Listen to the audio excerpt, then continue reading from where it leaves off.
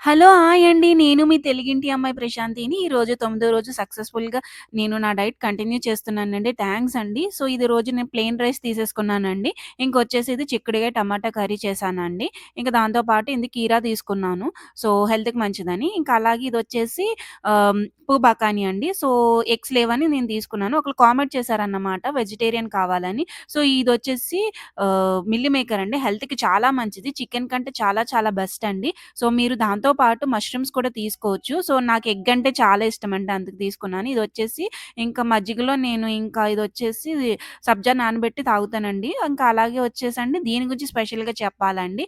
ఇదొచ్చేసి బొబ్బాస్కాయ curry అండి. So, ఇది చాలా మందికి నచ్చదు. సో, నేను ఫ్రూట్ కింద తింటారు. బట్ నేను పచ్చడి కింద చేశానన్నమాట. ఇది మా పెరట్లో దొరికింది. చాలా ఆర్గానిక్ అండి. దీనికి నేనేమీ చేయలేదు పాపం. నాకేదో ఒకటి నేచర్ హెల్ప్ చేస్తుంది ఏదో విధంగానండి. సో, నా ఛానల్ వంక ఒకసారి చూసి సబ్స్క్రైబ్ చేయండి. నా జర్నీకి మీరందరూ సహకరించాలి.